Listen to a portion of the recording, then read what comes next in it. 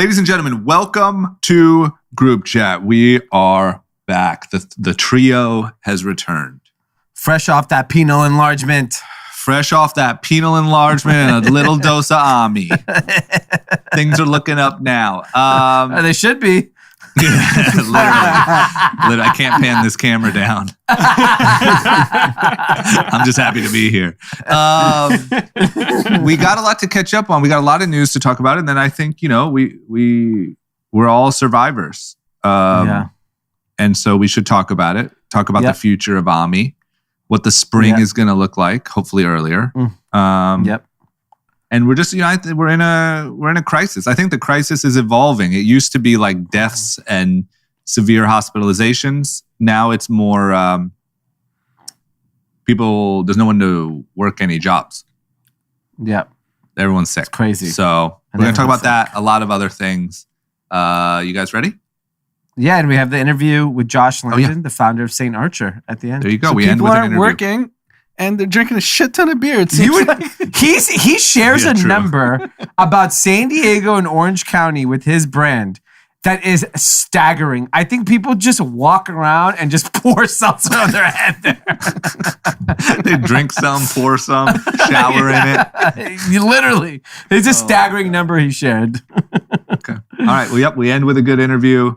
And then, of course, at the end of our chat, we do Scene on Social. You guys ready? Yes. Let's do it. Cash. Ladies and gentlemen, Group Chat. Cash.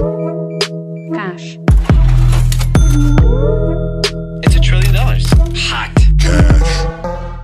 We're back. We are back. The band is back.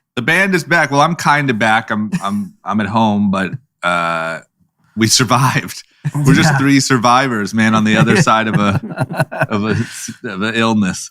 Yeah, it's been I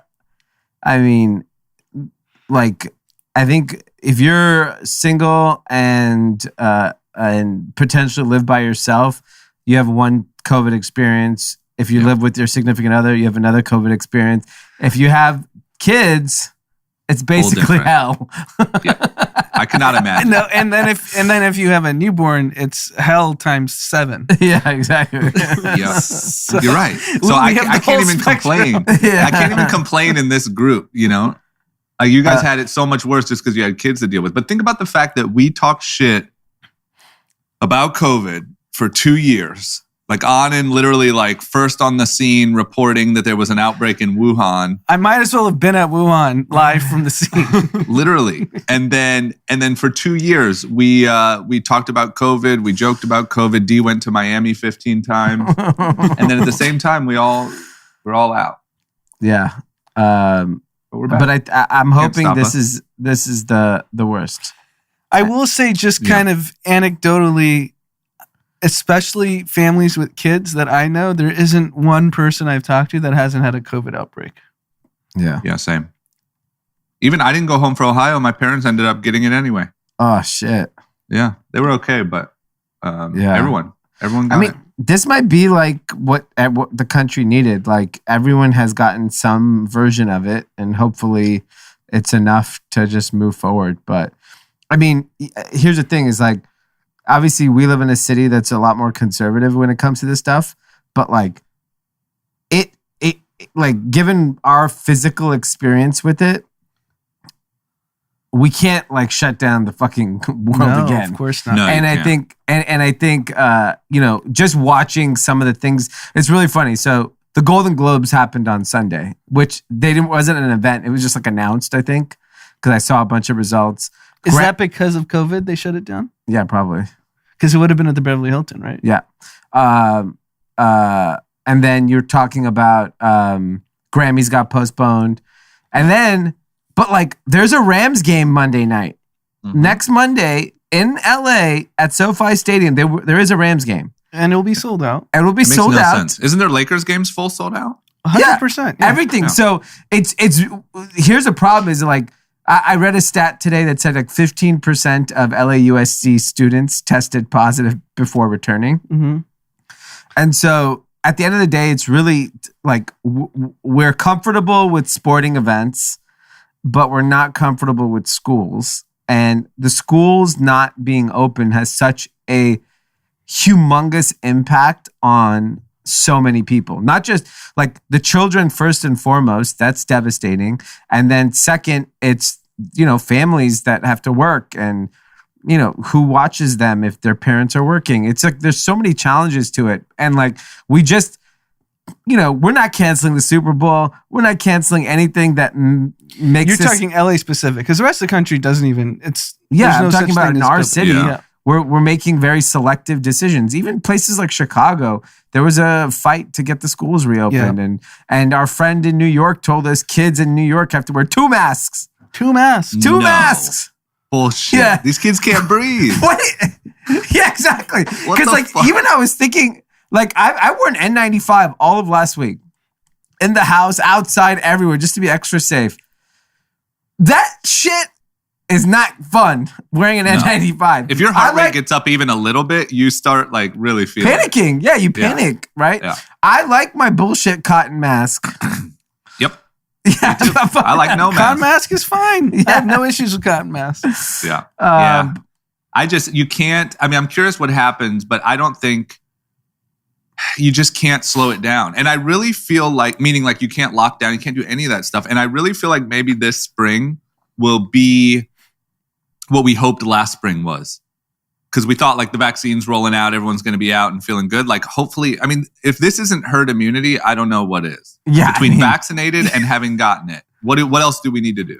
Yeah. It's the only variable is another variant. I don't give a fuck.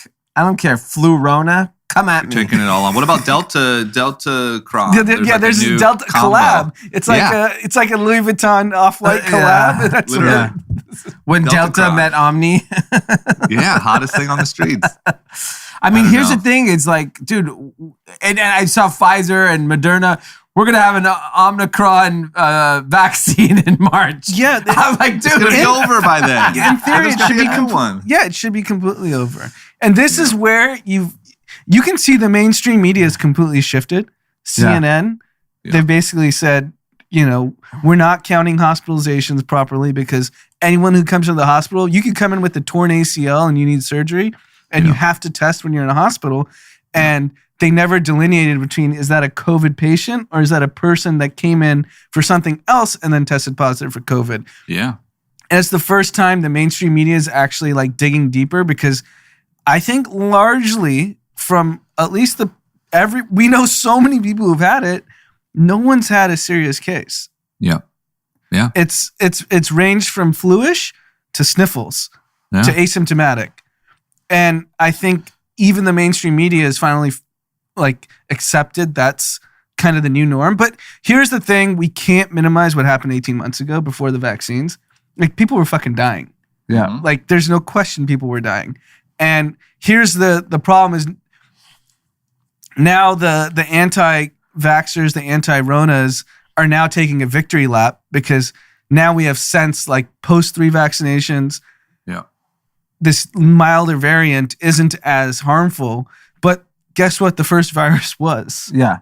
Well, that's the problem is that no one's actually in the middle. to think about that. Yeah, no one's thinking about it. You're just going to stick to your side and be you got to stick to your side and you got to die on your sword. 5 masks. Yeah. Yes. I think liberals should be forced to wear 5 masks. They should. And get every vaccination. You got to get the booster, it's a subscription. Flu shot. Yeah. You got to get a B12. Yes. You have to go get shot every week. Yeah. I agree. Well, listen, it's good news that we're all healthy and okay because there's a problem in the world of podcasting. There's a huge problem. We might be able to save it now that we're all back. Yeah. I gotta say, I was likely patient 0 in my house, but I've never had a positive test. Hmm? Well, technically, by Donald Trump's logic, you are negative. Yeah. You want less cases, test less. Yeah. Exactly. So the problem is, I think it was Jay-Z who famously said, can't leave rap alone, the game needs me. That's kind of how we feel about podcasting because there's a problem in the industry where there's no more hit podcasts being created. It's sort of it seems like, well, you tell me, I read it as there was kind of the initial big hits that got out early and, all the big guys. And then now there's just so many podcasts and no one's really rising to the top. So the stat, according to Edison Research, none of the 10 most popular podcasts in the US last year debuted in the last couple years. They are an average of more than 7 years old. 3 of the top 5 are more than a decade old, which is Joe Rogan Experience, This American Life, and Stuff You Should Know. And the only you just had to get in early. Yeah, I messed up with Short Story Long. Yeah, you were definitely early. I fucked up, man. I could have been, what's her name from Call Her Daddy? I could have been Call Me Mommy. Damn. I think the thing about it is it's not that the new podcasts aren't connecting. I think it just takes a long time to build a mega audience. You could build an audience, but like to build what Joe Rogan has or some of these kind of iconic podcasts, it just takes time. You can't do it in 2 years. And if you really think about the stronghold Joe Rogan has, since he was one of the first, since he is by far the biggest, and he occupies 7 to 8 hours a your week. Yeah. You don't even have time to listen to another podcast. You listen to Joe Rogan fan. You're basically, you listen to Joe Rogan you can't and have a job. Yeah, you can have a job, a family. You can have one friend who also likes Joe Rogan. Because you can't talk to them. When can you talk to them? Yeah, you can sleep and eat. I think that was a super moat that he created. Yeah. I'm the first 3.5 hours. You're going to listen to me 2 to 3 times a week. It's also just like, how do you rise above the competition? Like, there was no competition when those guys started. Like, now there's so many really, really good podcasts. Like, it's not even like there's all these shitty ones. Like, I don't know. Like, people have really, there's a lot of really talented people, funny people, whatever, making podcasts. But like, who has time for that? Exactly. What are you going to give up to add another podcast to your life? Yeah. I mean, and the thing about it is the only thing I think that has hope for podcasts is it is kind of passive audio listening versus streaming or YouTube, which is very much like engaged content. YouTube makes it really difficult to do passive. Yeah. In my opinion. What's that?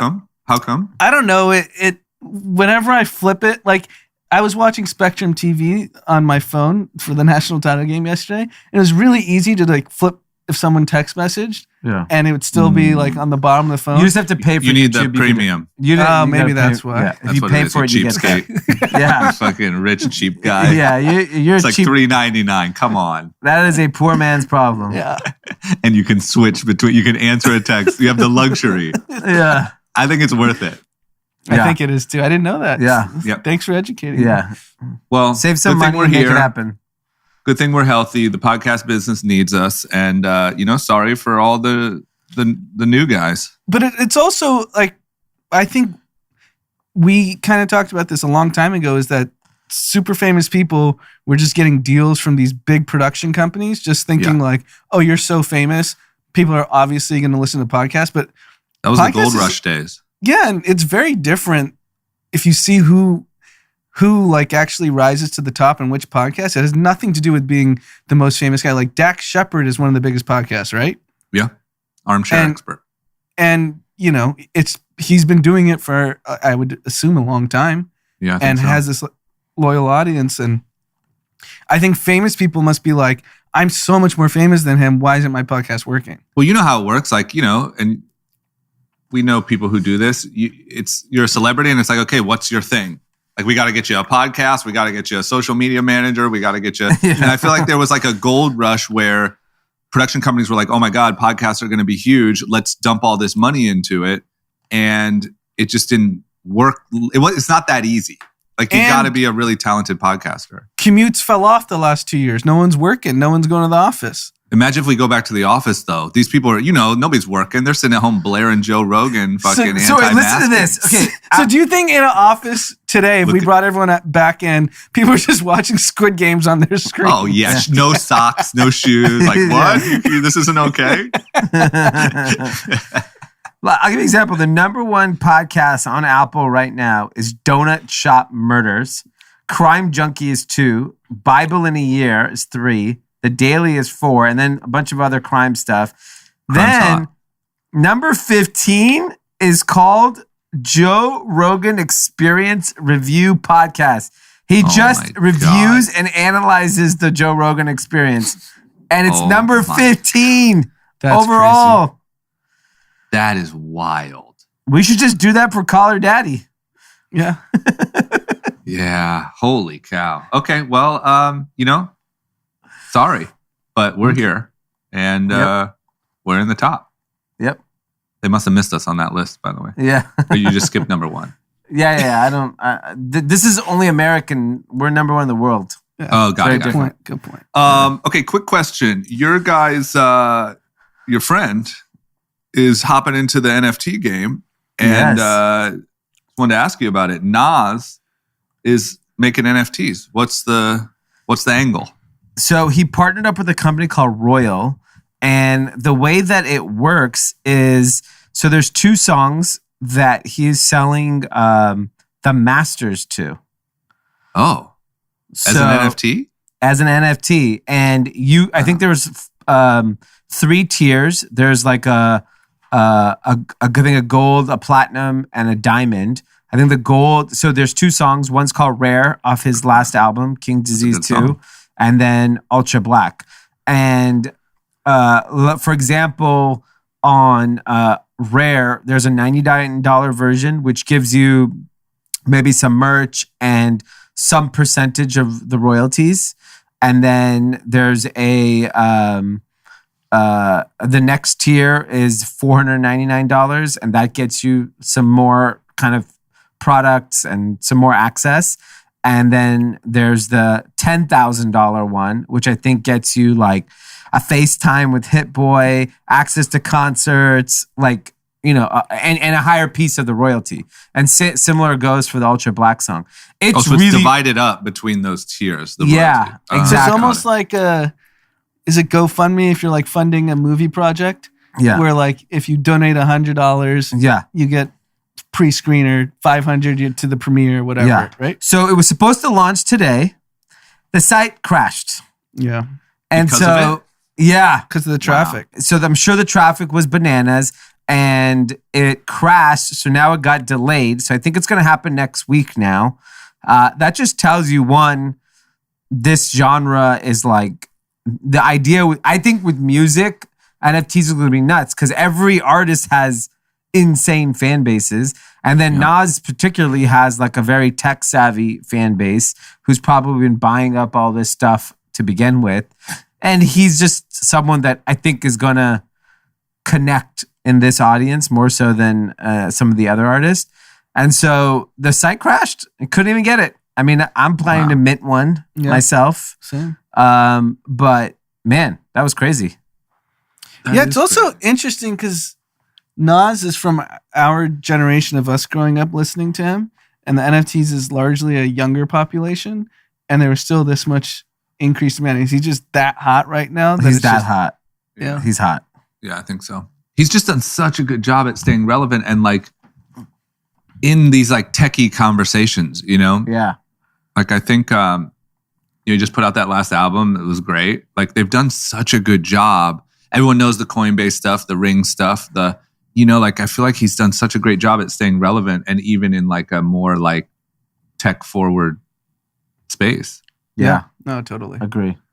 Okay. Well, good for them. And brilliant. I mean, they've just, once again, I can't believe they've done so good. The amount of tweets and like random posts that I see of like how Nas is like the best investor of our time. And then to jump in the NFT space and do something so cool and like revolutionary like this and not it just be like, here's 10,000 different pictures of Nas's face. It's great. And if you think about it from a music perspective, last 3 years, Nas and Jay-Z was always this rivalry. Like Nas has won the last 3 years. Yeah. Well, he's putting out music. For sure. Yeah, you got to put out music. That's a big part. You got to put out music, and he's dealing in more relevant things. Like, not that Jay-Z isn't absolutely great, but when you think Jay-Z, you think Tidal, Ace of Spades. Yeah, you know what I mean. You think Nas, you think Coinbase. Are you kidding? Right. Yeah. Okay. Well, good for them. What's up with your boy Kanye, D? He's. I mean, I think you and Kanye have one thing in common. probably multiple, but one thing is that you both have sort of like, maybe I'll call them like dictator tendencies, like I think you respect strong men and, you have famously marched across the stage to the Chinese national anthem during one of our live shows. I'm very respectful. It seems like Kanye has that same respect for those types because he's going to meet Vladimir Putin. Yeah. What's he doing there? What's the business they got? He was also bringing Sunday service there. And he looks to meet with Putin to expand his business empire. And Putin's or Kanye's? Yeah, I mean both. Okay, got it. I have no idea what's going on. It sounds like this guy, this Azerbaijani Russian billionaire real estate developer Aras Aglarov and his son Amin are kind of the liaison in Russia. I can't imagine what this whole experience is going to look like. I mean, the check must be insane. For Kanye to come. For Kanye to show up. You think that's what's happening? Yeah, that's what's happening. Czech Republic. I mean, if you think about... For real. Like Russia's a country where you have like a small group of people that own the entire economy. So they could pay him whatever he wants for him to show up and do Sunday service. You know what else I love is that like the God angle lets you kind of get away with anything. Because you can go meet with like a crazy dictator, but you're doing a Sunday service. So like it's about God. So he has a advisor named Amir Sudan, and this is his quote that the Daily Mail posted. This is Ye. Ye's going to get there regardless because there's a do not travel advisory in Russia because of COVID. What are they going to say? He's going to be a special guest of the Aglarovs. And then Kanye knows what's going on more than the average human being. He's well aware of things, and it's nothing against the United States or to cause conflicts, but Ye is Ye. He can't be controlled. Oh my God. That's an official statement. Did you see he was at Craig's last night with his new girlfriend and Antonio Brown, who famously had a pretty crazy... Antonio Brown is kind of hot. He's making the rounds. Did you guys watch any clips from his I did. podcast? With the Nut Boys? Yeah. Incredible. It was good. It was really entertaining. I watched the whole thing. I'm not even a football guy. I want to watch the whole thing. Yeah. I watched the whole thing. It's very entertaining, and I'm not really a big football guy or a Nelk guy, but it was incredible. I mean, Antonio Brown is blockbuster. And apparently they're going to be making music together, and that was what the meeting at Craig's last night was. Imagine if you're having a meeting, you're Kanye West and his new girlfriend, Julia Fox. Yeah. And Antonio Brown's as relevant in social media as anyone. And they go to the most famous paparazzi spot, or one of the most famous paparazzi spots. Yeah. Just to purposely went there. Yeah. It had to be insane. Does he play next year? No chance. No. Zero. Nobody takes him? Zero. Yeah. But his explanation of what happened. Yeah. Doesn't matter. Like Tom Brady's the one that takes all the rejects in, because he just knows how talented they are. So if Tom's not using them, no one's using them. Got it. Okay. Well, I'm a big fan. Yeah. My favorite football player. And so this was maybe 3 Super Bowls ago. My friend Rob was working with them. We talked at Super Bowl, and then the next week he was in LA. So I went to his house. He was renting a house in Beverly Hills. So I spent, call it 2 hours with him at his house. Blockbuster content. Unbelievable. So he could get a reality show. Someone will. Oh, yeah. He should definitely have his own reality show. He has a Fashion Nova deal just launched. Good timing, Rich. Rich just knew it. Rich probably called him 5 seconds after he got thrown off the field and said, here's a bag. Yep. Go post Nova Men. Everyone's going to want to go. And there's rumors it was all pre-planned, that he had relations with some girl the night before, and the girl said, he kept saying, wait till you see what I do tomorrow. Wait till you see what I do tomorrow. Oh. He's a loose cannon, man. He gives me like anxiety just thinking about it, because I don't feel like he ever turns off. I feel like he's that at all times. There's from the sports angle, there's a lot of suspicion. There was this one hit that he just got his head clocked by Fontes Perfect and CTE. Everyone says he was like not quite the same after that. Yeah, from people who they ask him about it in that interview. What does he say? He goes, "I'm not dead. You only know your CTE if you're dead, right?" Is that what he said? I mean, you only know if you have CTE if you're dead. He goes off about like another Buccaneer who committed suicide because of CTE, and like, how come they didn't ask him? How come they didn't? Why are you asking me? Like, it was just nonstop entertainment. Yeah. Fuck, I gotta watch this. Yeah, this is right up your alley. You will love it. Okay. There's like inspo here for you, like for the next pod. What about kind of a topic jump, but there's this article about how powerful. So of course, we've talked for countless hours about how powerful TikTok is, so much so that it's scary. But there's this sort of research or this article about how important it is for things like the movie industry and why the movie industry needs to be thinking more about what efforts they put into TikTok, and some of the data in here of like how many people use it, how they use it. It's the number one choice for entertainment when you have some spare time. It continues to blow my mind how powerful this thing really is, and at what point do we stop or take a look? But anyway, movie studios need to be thinking about TikTok. Yeah, so it's really in reference to Spider-Man is now the 6th highest grossing American movie ever. Which is crazy because no one's going to the theaters. Yeah. So either the numbers are completely that was in theaters fake. only? Yeah. Oh my God. No wonder Omicron spread. It's Spider-Man. Fucking Spider-Man. And from what I've heard, the movie is incredible. Everyone says the movie is really, really popular and really good. But one of the things that they're giving credit to is that they were aggressively marketing on TikTok. And they hired Michael Lay, who's a big TikToker, to be in the movie, gave him a cameo. So he was kind of documenting his whole process and all that. And then my guess is Zendaya and Tom Holland are like very popular on social media, like in terms of just covering their life. Because they're just so like, they're like Gen Z kind of actors. Yeah. That's kind of what I get. They're dating. Yeah. Yeah, that has to be like the biggest thing to young people. Yeah. I mean, if I'm, what is it, Sony? Is Spider-Man Sony? Yeah. I would make sure that Tom Holland and Zendaya stay together. Yeah, or maybe break up right before the next movie. That's a good one. You know what I mean? Like get the press moving. Did you guys watch Euphoria? Zendaya dates Kanye? Yeah. Nah. Did you guys watch Euphoria? No. No. I know it's just like re-released, right? It's dark, right? It's dark, yeah. It's strange. I mean, I like it.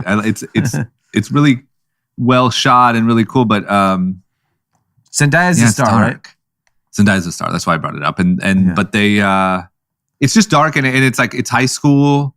They're supposed to be high schoolers, but there's like a lot of like nudity and fucking and there's dicks all over it. It's just like, okay. Wow, dicks.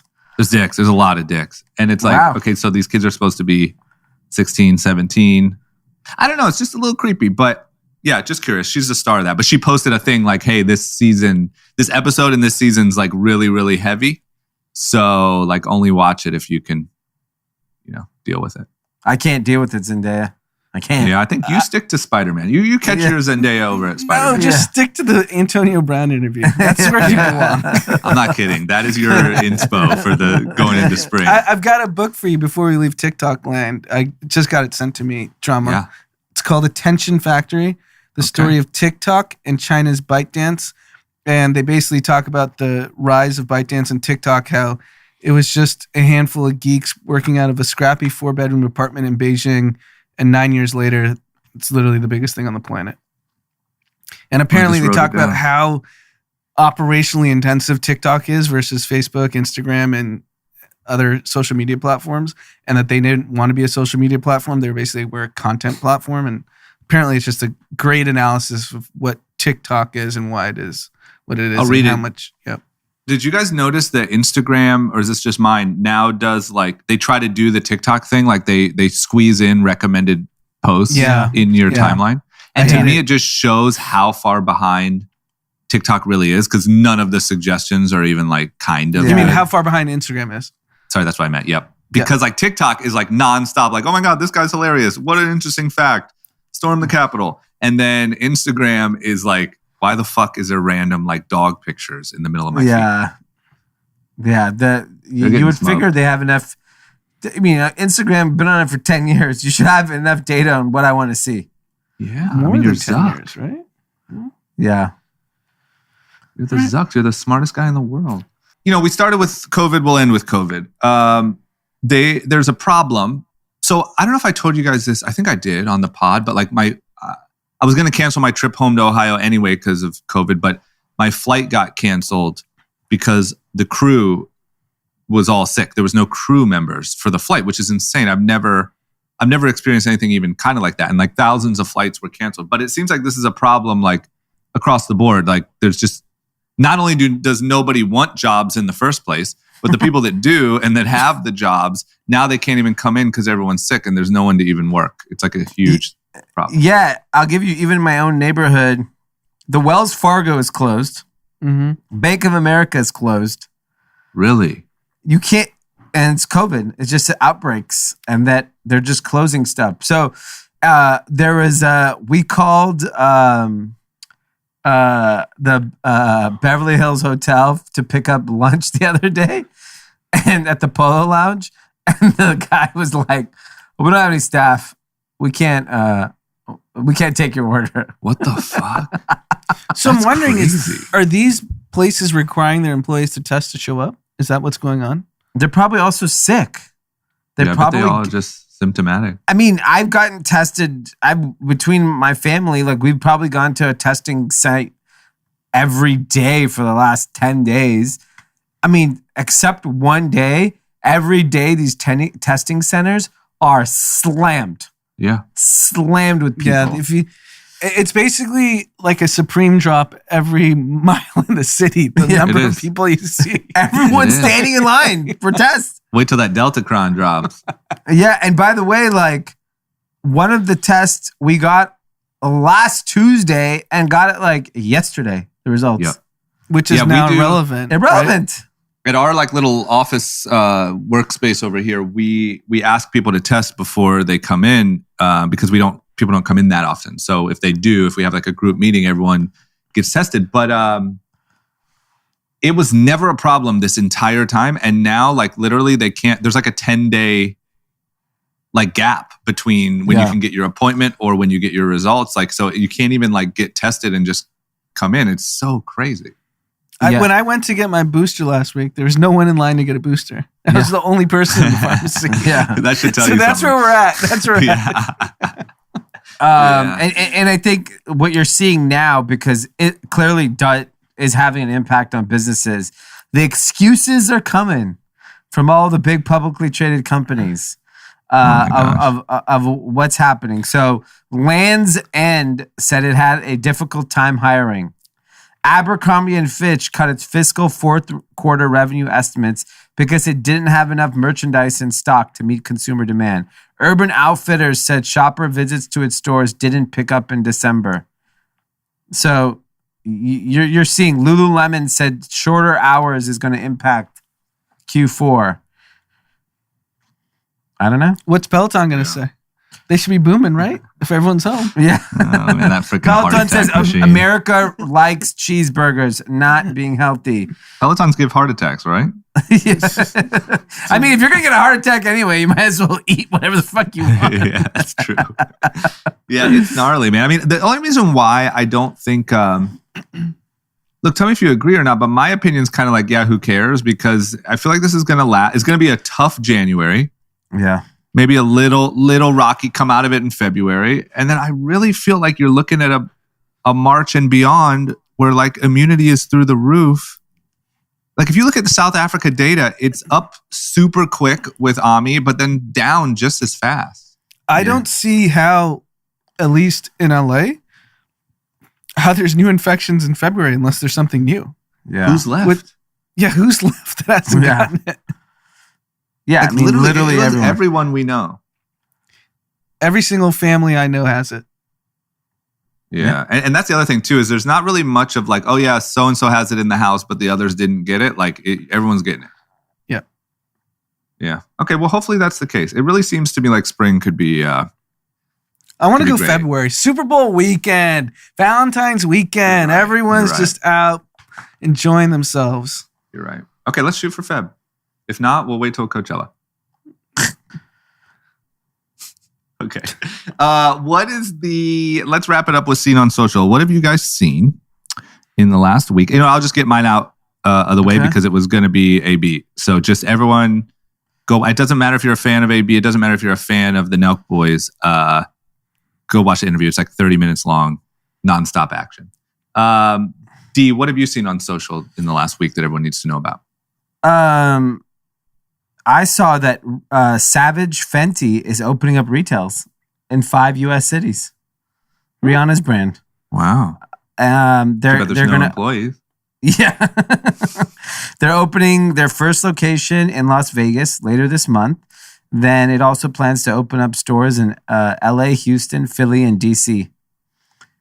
It's interesting how all these people are just going back into brick and mortar. I think you have to, right? Like, wouldn't you say Ecom like really started blowing up and everyone's kind of thought was like, oh, it's all about Ecom. But don't you think like all of the great Ecom businesses still, you hit like a ceiling and you have to think about what your retail footprint looks like? Yeah, I mean, I think definitely. Because now when you talk to any growing D2C brand, they're like, oh, yeah, we have wholesale. Oh, yeah, we're opening up stores. Like, because they know it's not possible anymore. That ship has sailed.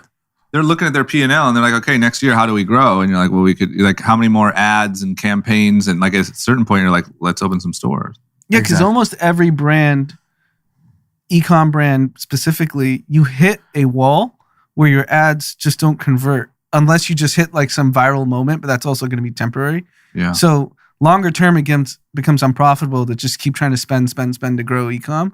So you have to diversify and onboard customers separately. So yeah. Because it's like, what do you do? Like if you're planning your year and you're like, okay, well, we can increase whatever. You probably maxed out your ad spend. We can do some huge campaigns. We can we can try to whatever. But it seems like if you're like, hey, we could launch 5 retail stores and that could be some significant growth. Yeah. It seems like you run out of, like the story isn't all Ecom. I think what Ecom allowed people to do is launch and test and incubate without having to get through the barrier to entry of retail. But I don't think retail is like no longer on the table. Yeah. And what's crazy is give you a perfect example, talking about supply chain or shortage. When we order all our food on Instacart or Amazon or whatever we order on, we don't even get half the shit we order. Like it just doesn't show up. No staff, no food. I'm going to Rite Aid and Whole Foods and Bristol Farms every fucking day now. Every day. I've never been in more stores than I have in the last 2 weeks. Yeah, this guy's spreading on me everywhere. You wonder where him and Spider-Man. Keep in mind, he just said the last 2 weeks. He had on me for one of those. So you decide what store you were in. I will say that there's a store I order my White Claws from. I only drink Black Cherry White Claw. And the last 2 times I've ordered Black Cherry and they show up with raspberry. It's disgusting. I mean, I can't find Black Cherry White Claw shortage. I can't find Topo Chico anywhere. I can't find Topo Chico anywhere. There's this like lack of care. Like I feel like no one's trying anymore. It's like, we had grape.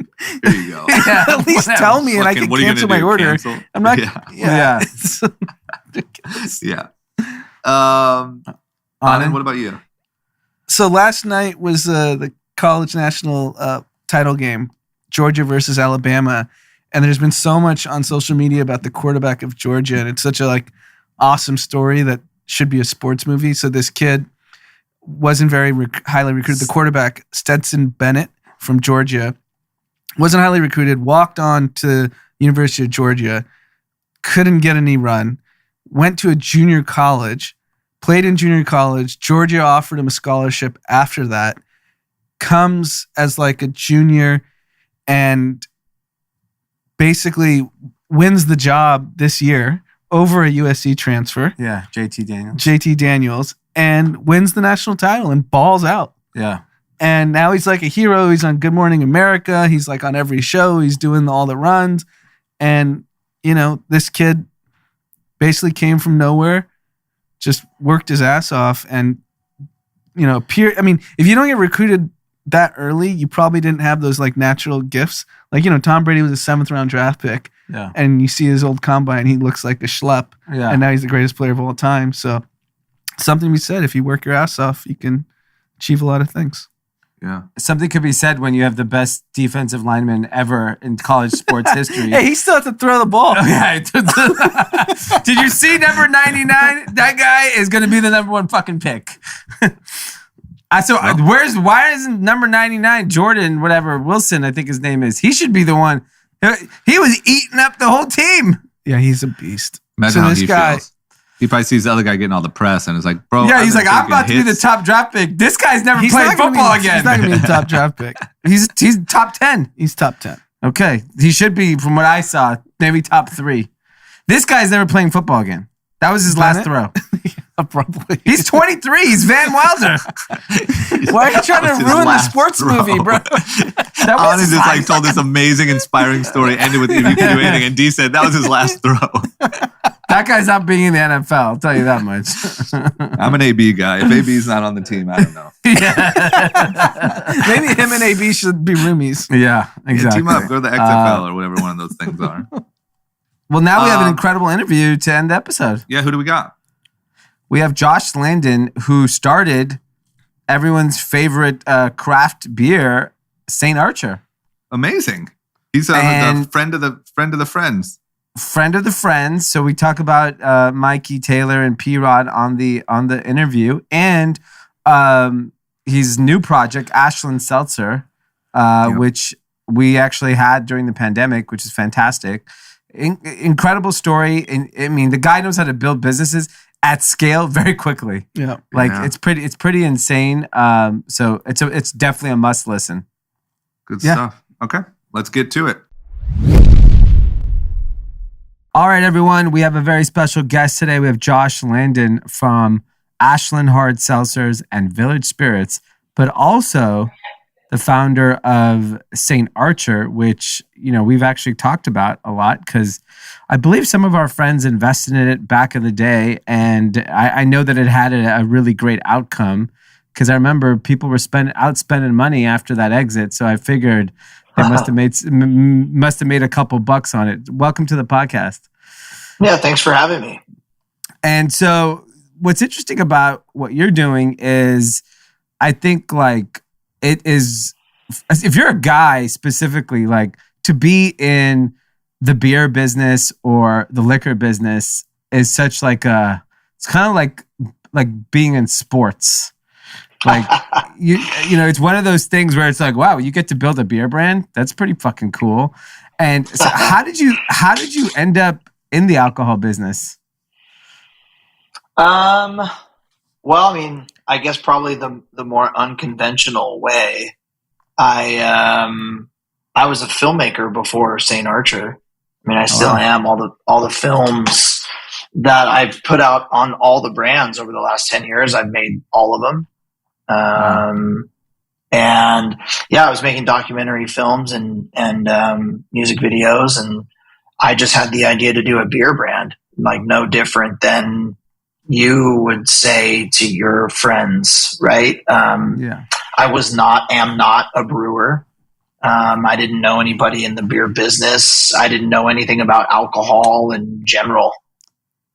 And just had the idea to do a craft beer that, came from us and our culture of skateboarding and surfing and art and film photography, real California culture, not so much board shorts in Malibu, bullshit California culture. So, I like that. I felt like there was something that was lacking there. And, beer at the time, it was, Pacifico or Bud, Miller Coors, whoever, Pabst was kind of using our culture as they would just put their brands everywhere and nobody really cared. But there was nothing really from us. Right. And that's what, especially skateboarding and to a lesser degree surfing, but definitely skateboarding has always been built on the authenticity of the, pro skaters owning the brand, right? Not just riding for them, but owning it. And there's been some examples in surfing, but skateboarding predominantly. And that made a huge impact on me. And I thought, why can't we add that to a beer brand and bring our culture and kind of marketing and brand aesthetics that we enjoy to beer? And so, and I, like you said, I said, that sounds fucking cool, man, to own like our own beer brand. We'll come to find out it's hard as fuck to do that. And that was a little bit, I'd never raised capital before. I didn't know what a capital raise was, So like that's a great question. That's a great starting point. How did you even get started? Like, who did you go to for money? I don't even know what craft beer is. I'll be honest. I just know they charge more money for it. But I don't actually know what craft beer is. Fair. Yeah. I think it's, the spirit of it is just a more, handcrafted, artisanal, small. That's what it started as, right? Like Sierra Nevada, Boston beer, and just people, creating more flavorful beers rather than the big domestics, right? Or imports. And so, that's the spirit of it. And really St. Archer was no different than that. And we just kind of came at it from a different perspective. But like I said, I had never owned a business before, and I'd definitely never raised capital. And, Paul Rodriguez and Mikey Taylor, both pro skaters. Paul still is. Mikey's retired now, but Mikey's been on the pod. Mikey's been on the pod, so people have heard him and know his real estate activities now. So people are familiar with the transition from skateboarder to beer investor to real estate. It's crazy seeing what he's doing now, and he's one of my closest friends. And I'm still like, wait, you're on the gram talking about real estate? I still have to I'm still processing through it. But I think he, when I had the idea, Mikey and Paul were the first two people I told. Wow. And I said, why don't we do this? And like, really, it was an idea for about a month. Some of the best times of my life was driving around with them to different breweries. We were going all over California and trying to learn what creating a brewery was. And I think what we found out was that you really needed to build your own. And, I didn't know how we were going to access millions of dollars to do that. And like, which one of us was going to do that? And obviously, Paul wasn't going to stop being the face of Nike, and Mikey wasn't going to stop being the face of DC. And it was really either I do it, or it would have been just a great idea that we had once. Yeah. And, I decided to quit everything and went home and told my wife, and 3.5-year-old and 6-month-old, we were moving from Ventura to San Diego to build St. Archer. How'd that go over? Yeah, good, man. I got a good one. Yeah. She was like, I'll find us a place to live. So did you go from earning income to zero income when you decided to start? Yep. That's with a 3.5-year-old and 6-month-old? Yep. And how old were you at that point? I'm 42, 32. Wow. Okay. So what gave you the confidence that you could go 32, 2 kids, married, and go into a world that you didn't have experience in, and now you're like, fuck it, let's go for it? Yeah, I mean, maybe a bit delusional. I don't know. Looking back, I think I knew that I guess I just believed in the power of like the attraction of our culture told like the right way. Right. And it had never been done for in beer. And like, that was the one thing everyone that we know consumes, right? Like it's like you already have people going to the grocery store to shop. Like, it's not like creating a new skate brand where they need to have like a special reason or experience to like go to a skate shop or order online. Like, you got to have them make a special trip to do that.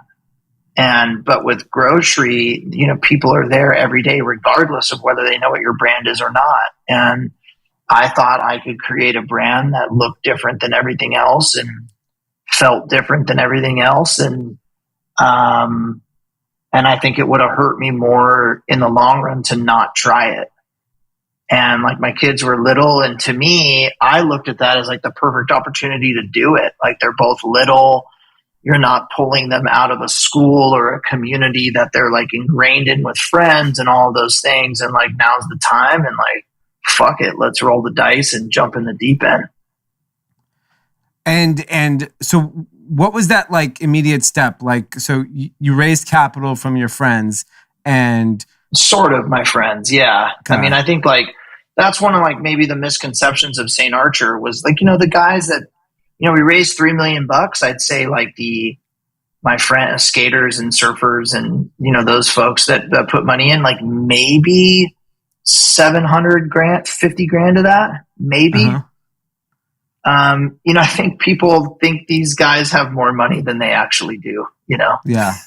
You know, Yeah. So, I think that, you know, a lot of it was people I didn't know. And like, how'd you meet them? How, like, one person would lead to another and then to another and then to another. Right. And I think like, you know, I think a lot of it was obviously the brand, right? People who were attracted to that and the people that were involved. But I think for the most part, I think people believed in, really, they're investing in me. Right. And they're sitting here saying like, this dude has 2 little kids and a wife. He just moved away from their hometown to San Diego. Like, this dude's got to win. Like, this has to work. And I got 25 grand. I mean, sure. Yeah. Yeah. Exactly. I mean, you're probably going to fucking lose it, but like, here, you know, here. And I think if I had said, you know, I'm still making films and, you know, I'm this, I'm that, and blah, blah, blah, I think it would have been much harder. I actually think it wouldn't have happened. Yeah, of course. And was the initial $3 million you raised the only money you raised, or did you end up raising more money? I wound up raising $9 million. Got it. And to date, I've raised almost $60 million for all the businesses I've done over the last 10 years. So you got good at fundraising. Yeah, I hate it, but like, I've gotten good at it, I guess. And then when did you transition from going through your network to, I'd assume you'd have institutional capital if you got to 60 Never, not funds. $1. Okay. Not $1. Yeah. All me and you, man. Yeah. Dudes just like us. So, which has been nice for me to be able to retain the control over the brands. That's a huge luxury. Yeah. And then from what year did you launch St. Archer and what year did you sell it? We launched it in April tax day of 2013. Okay. And then you sold it? October of 15. That's pretty quick. That's insane, right? In any I business. mean, you guys are catching me on an interesting day too. You know, just yesterday, Coors announced that they're shutting St. Archer. Really? So this is it's been an emotional 24 hours for me. That's insane. I see it everywhere though. Like, I see it in the grocery stores. Done. And what's their rationale? It's just been declining for, you know, multiple years now. And I left about 18 months after I sold it. Got it. And you sold it for $100 million, right? Yeah, right around there. Wow. And so, I mean, sounds like you're going to buy it back. Yeah, I don't know if that's in the cards, man. I definitely, the thought has definitely crossed my mind more than once. But I think it's really emotional that it's done. Yeah. Right. but I think like I would be fooling myself if I think maybe my ego would be getting in the way a little bit too much if I thought I could just like return it to glory and like, be what it was when I had it. And I just, that was a moment in time, and craft beer is not in the same place, and the staff and everything, it was perfect timing. And as with Ashland is perfect timing, right? If I was launching Ashland right now, it would be what it is now. And why do you think Coors bought the brand after 2 years? Like, what was their reasoning? Did they feel like culturally you were doing something and they couldn't capture it, and they're like, we'll just pay a premium to just get in that business? Yeah, I mean, I think it's a couple of things. I think all of that. I think they're also trying to keep up with Anheuser-Busch. Yeah. Right. And that's a dangerous game to play because they're 10 times the size, of course. Are you allowed to share the revenue multiple you got bought for, or is that confidential? Yeah. Okay. I wish I could, but it was crazy. Right? Like, what they're shutting it down. Share the multiple. What do you have to lose now? Fuck that. Because I gotta keep that sliver of a window open that your boy can get that thing back, man. Yeah, or he's gonna sell them his next project. It's also true. Exactly. Yeah. So, but yeah, it was like for what the multiples are now. I mean, 20x difference. Yeah. Wow. It's meaning it's 20x like, lower today than it was back then. Got it. Yeah. Yeah. Wow. Yeah. Well, that's what I mean. It was like just a moment in time, and I think it was the brand. I think like, look, did St. Archer have the best beer? No, we didn't. I mean, and that's all subjective anyway, right? It's like your favorite band, right? Yeah. It's, but I think, I think they bought the brand and me to a lesser degree, right? They wanted me working there and working on different things, and just didn't work out. That's similar to Casamigos, right? They were barely doing any revenue when they got that $1 billion exit. Yeah. They bought the brand. mean, even Ballast Point down here, like they had no business getting $1 billion for their company. I've never even heard of it. I've never heard of it. Have you, Tim? You're a beer guy. Of what? Ballast Point? Ballast Point, you've heard. Oh, Ballast Point, yeah. San Diego? Yeah. Yeah, they're owned by Bush now, right? That's crazy. And so, well, they were owned by Constellation, who owns Corona and those brands, and then they bought it for $1 billion and then sold it about a year or so ago for $40 million. Wow! So they took a $900 million bath on that thing. This seems like pretty relatable. We talk about technology, and that's what at least I know the best about. That things just get out of control in terms of valuation, and they just whipsaw and correct immediately. Yeah, I mean, I think you got to be in that kind of sweet spot of when maybe it's getting a little out of hand, right? And if you can, and some people it just doesn't really, it was great, right, for financially, life-changing for me and a lot of the people involved. But there was a lot of negatives too, right? It wasn't, look, it's out of business, right? Yeah. And it was a special brand. Yeah. I should have been a national craft beer business. And that's what the plan was when I sold it to them. And, it just. So once you got into Coors, what made you leave after 18 months? Because this is your baby, your project. He's rich. No, obviously he's rich. No, but hearing the way he's talking about it, there's emotion. I know. The money, it's funny because I left plain and simple because I wanted to win more than they did. Yeah. And you knew you couldn't do that there. Yeah. I mean, everything they said we were going to be doing wasn't happening. And the money's great, but I signed up to win on a national level. Right. And that's, I think people it sounds good to say, I don't do it for the money, right? Like it just sounds nice to say that. And most people that say that don't have an option to make life-changing money. right? So it's easy to say and sound good and sound like humble and shit like that. But like for me, when you have money is when you really realize what your motivations are, right? Because you have money now. You can like go to the beach or fucking play golf all day, or you can kind of do whatever you want. But if you're still motivated to compete and push and create new brands and create new things, like then clearly you're not doing it for the money. And I couldn't have answered that question until that happened, right? And just like I wasn't even really comfortable calling myself an entrepreneur until a couple of years ago, and 7 brands later, right? Like it's taken some time. Like when I did St. Archer, I would have never said I was an entrepreneur. I would have never said that, right?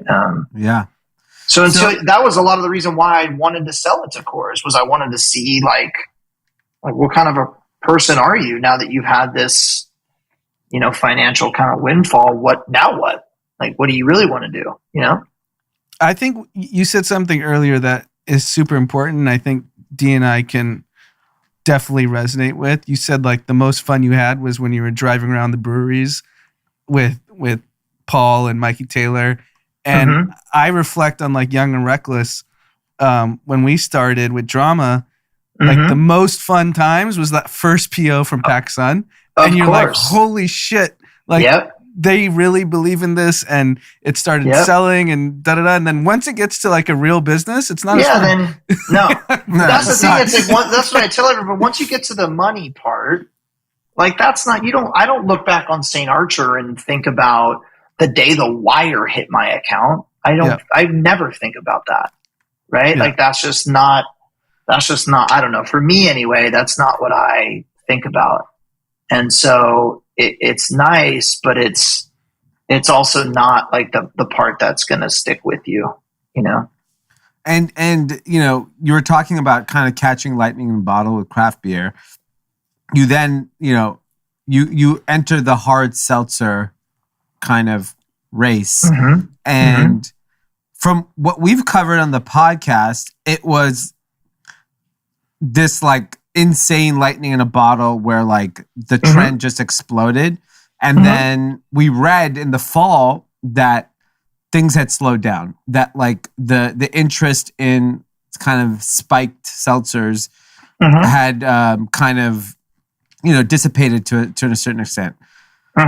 What is, how old is Ashland? Why is it different? And why do you think you're going to win? Because it seems like White Claw is still the predominant kind of player. And then, I mean, we follow a lot of creators. So we've been following Happy Dad, which we thought was a pretty impressive kind of, at least entrance into the game. And there's obviously hundreds more. Where do you think you can win in that space? Yeah, I mean, I think first of all, the media, like White Claw and Truly are down. So when you own, 70% of the category, 70, 80% of the category, and you're down, the whole thing's down.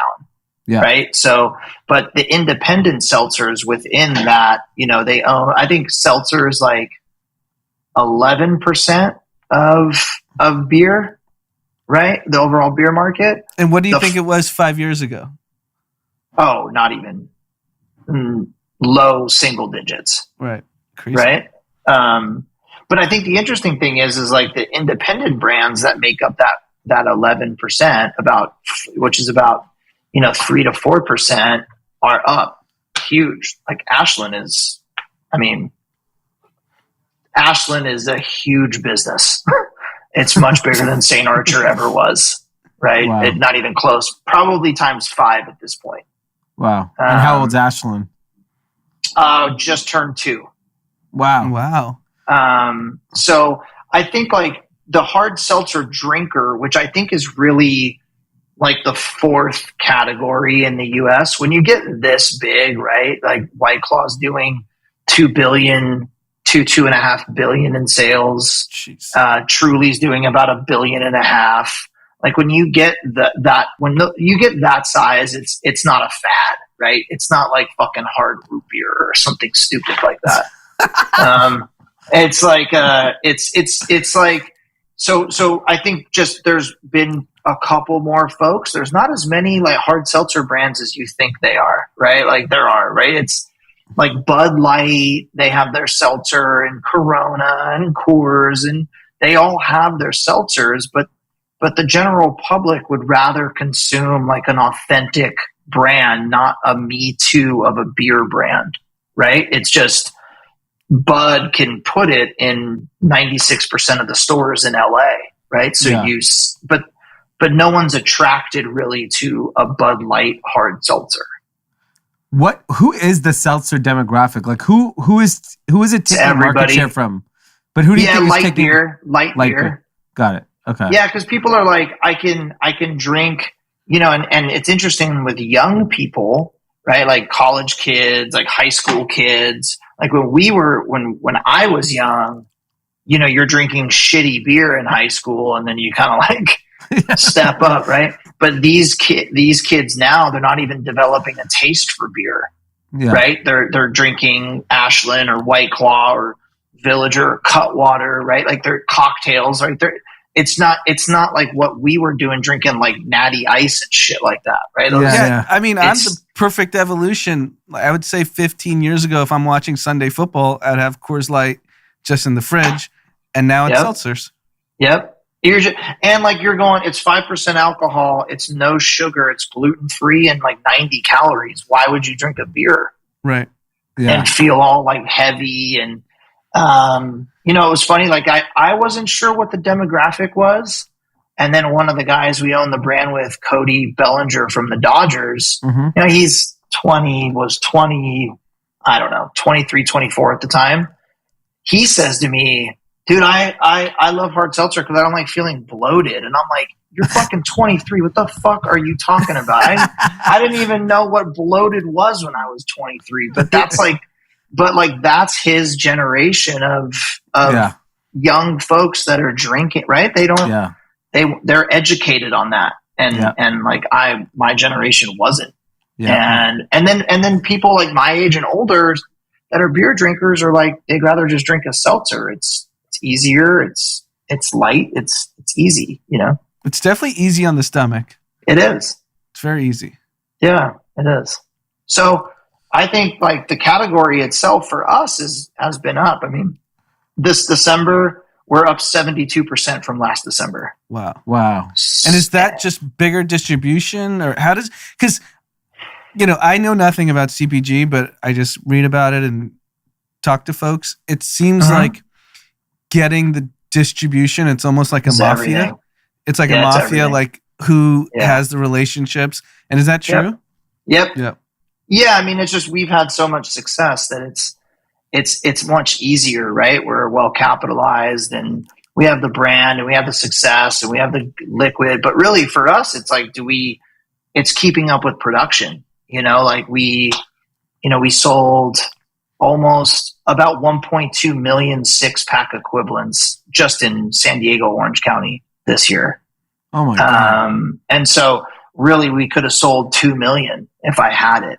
We didn't have it, right? We were out of stock all the time. We had major production issues. And, now that we have that all kind of fleshed out, I think we're going to have about 300% growth this year from last year.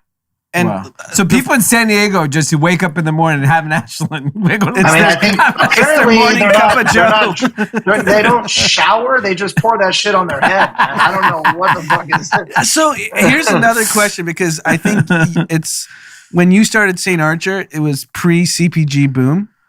And I feel like CPG boom is really the last 5 to 6 years. Mm-hmm. How you were obviously already established after having such a big exit and all this success. So Ashland, you had the relationships. How does a new person in CPG break in?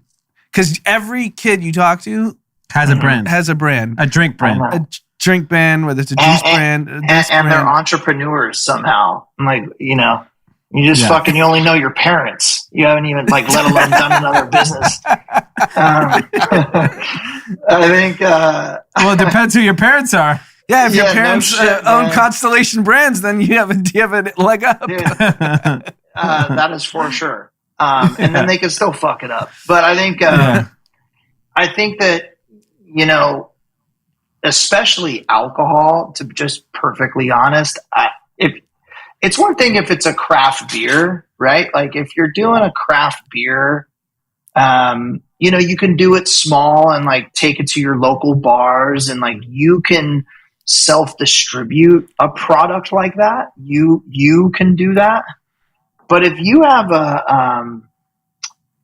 if you have like an Ashland where it's like, essentially based on how well you can do in the grocery stores, that's just not an option for you. You have to go kind of convince somebody that handles relationships, a national account person is what they're called, to call like the Vons and the Ralphs and the Whole Foods and the Trader Joe's and those businesses. You need to get someone who has the relationships with them to try and get your product in front of the buyer. And then you have to convince a distributor to take it there, right? You can't say, I'm just going to drive it to Trader Joe's. Doesn't work. Yeah. Right. That's against the law. So like you can't do that. So I think it's, to be honest, it's fucking hard, man. I'd be lying to you if I just said, yeah, you do this and it's totally fine. And you'll be drinking your canned margarita in like 6 months. It's easy. I think it's getting into the grocery stores is incredibly hard. And having, Budweiser as our distributor basically everywhere outside of Southern California, all through the state, as you get north of Santa Barbara, San Luis, it's all Budweiser for us. And then it's all Budweiser in Arizona and Oregon. So it's, that's not easy to do. Right. Yeah. But like looking back to St. Archer, I think the reason why the brand was successful was because I was able to hire an A+ roster of folks from the alcohol business. And that was really just them believing in me and the brand. Right. I mean, yeah, that's great. That was pretty much it. But I was like everybody else, totally from square one. Didn't go to college, didn't know anything about alcohol or building a brand, or I didn't, no difference between me and everybody else. Yeah. That's amazing. Incredible story, man. Really exciting what you're building, and sounds like Ashland's another huge success. Send us some Ashland to the office here. I can do that. I can do that. It's getting warm up here. I'll send you guys some Villager. Villager's the new one, the canned cocktail, and the margarita's 13% alcohol. So a couple of those, you guys will be feeling pretty good. Dee loves margaritas. I mean, I am. I'm a seltzer guy. Maybe do half seltzer, half margarita. There you go. That's my drink. I'll do half the margarita, half the tequila soda, and I'm like, I'm good. Okay, that's amazing. Yeah, that brand is actually its first 2 months. We've doubled the sales of the first 2 months of Ashland. So it's been it's been an exciting launch, especially right now. This is kind of the downtime. So for it to be doing what it's doing has been exciting. That's amazing. It's great. Congratulations on all your success. Thanks, man. Thank you. And yeah, thanks for coming by the podcast. What are the handles for Ashland? Is it just Ashland Hard Seltzer? Yep, and Villager Spirits. Okay. And are you on social media or no? I am, sort of. Okay. The brands are way more interesting to follow than seeing pictures of my 3 kids and wife. Right. All right. Well. Thanks again, and everyone check out the brands. I mean, we have a lot of San Diego listeners. I'm sure they're just getting hammered on Ashland all day, showering in it. Apparently. Yeah. I mean, whatever they're doing, just keep it going. I don't care if they pour that shit out. Just all right. Thank you. Thanks. All right, fellas.